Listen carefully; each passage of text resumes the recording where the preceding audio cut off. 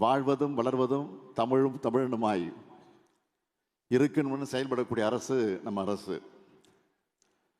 தமிழர்கள் எங்க எந்த நாட்டில் இருந்தாலும் அவங்க நல்லபடியாக வாழணும் என்பதுதான் நம்முடைய நோக்கம். அந்த எண்ணத்தோடு தான்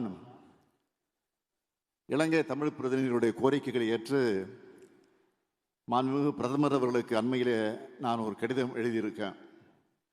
இன்னைக்கு காலையில் கூட அவையெல்லாம் செய்திகளாக வந்திருக்கு, பத்திரிகையில் படிச்சிருப்பீங்க.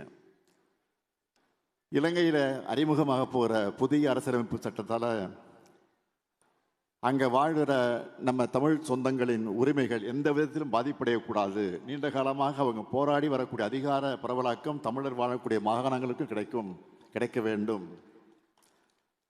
நம்முடைய இந்த கோரிக்கையை இலங்கை அரசுகிட்ட இந்திய அரசு வலியுறுத்தி உரிய நடவடிக்கை எடுப்பார்கள் என்று நான் நம்புகிறேன்.